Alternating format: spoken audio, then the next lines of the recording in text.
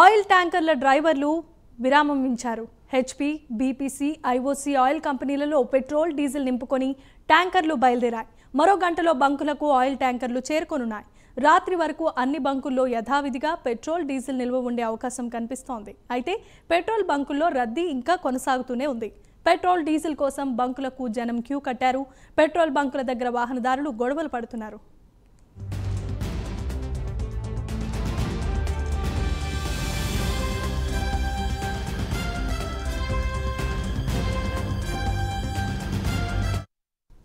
ఇక ఇదే అంశానికి సంబంధించి మరిన్ని అప్డేట్స్ ను మా ప్రతినిధి కుమార్ అందిస్తారు. కుమార్, చెప్పండి. Thank you Jemimah. ఏదైతే నిన్నటి నుంచి కూడా లారీ డ్రైవర్లు కావచ్చు, ట్యాంకర్ డ్రైవర్లు కావచ్చు, వీళ్ళందరూ కూడా సమ్మెకైతే దిగిన నేపథ్యంలోనే హైదరాబాద్ సిటీ మొత్తం కూడా ఏదైతే పెట్రోల్ కొరత అయితే వచ్చింది.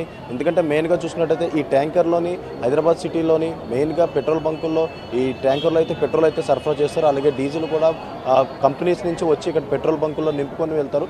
ఈ నేపథ్యంలోనే నిన్నటి నుంచి సమ్మె ఉండడం నేపథ్యంలో ప్రస్తుతం హైదరాబాద్ ప్రతి పెట్రోల్ బంకులో కూడా పెట్రోల్ అలాగే డీజిల్ కొరత అయితే రావడంతో ఏదైతే వాహనదారులు కూడా పూర్తిగా పెట్రోల్ బంకులో బారులు తీరారు. ప్రస్తుతం ఏదైతే మనం చూస్తున్నాం ఈ పెట్రోల్ బంకుల్లో కూడా పెట్రోల్ లేవని కూడా బోర్డులు అయితే పెడుతున్నారు. అలాగే ఆ వాహనదారులు కూడా బయటికి పంపించే ప్రయత్నం అయితే చేస్తున్నారు.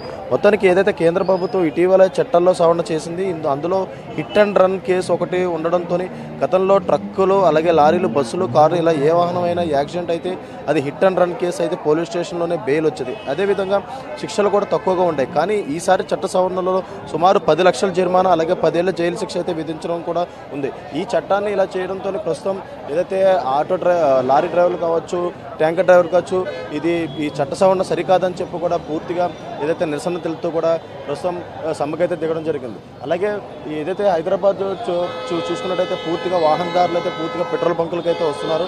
కానీ ఇక్కడ ప్రతి పెట్రోల్ బంకులో కూడా పెట్రోల్ అయిపోవడంతోనైతే పోలీసులు అయితే ప్రస్తుతం పెట్రోల్ బంకులకు చేరుకొని ఏదైతే వాహనదారులు అయితే పూర్తిగా ఇక్కడి నుంచి పంపించే ప్రయత్నం చేస్తారు.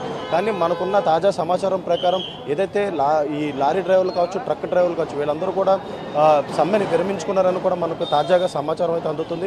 ఏదైతే ఇండియన్ ఆయిల్ పెట్రోల్ కావచ్చు, భారత్ పెట్రోలియం కావచ్చు, ఇలా అన్ని పెట్రోల్ బంకులకు సంబంధించి కూడా కంపెనీ నుంచి ఇప్పటికే ట్యాంకర్లు పెట్రోల్, డీజిల్ నింపుకొని అయితే ప్రస్తుతం అవైతే పెట్రోల్ బంక్ బయలుదేరే విషయం అయితే మనకైతే తాజా సమాచారం ద్వారా అయితే అందుతుంది. అలాగే ఏదైతే ఈరోజు రాత్రి నుంచి కూడా యథావిధిగా పెట్రోల్ బంకులు అయితే పెట్రోల్ దొరుకుతుందని కూడా వాళ్ళైతే చెప్తున్నారు. కానీ ఇక్కడ వాహనదారులు మాత్రం ఒకేసారి పెట్రోల్ బంకుల దగ్గర రావడంతో ఒక ఉద్రిక్త వాతావరణం అయితే చోటు చేసుకుంది.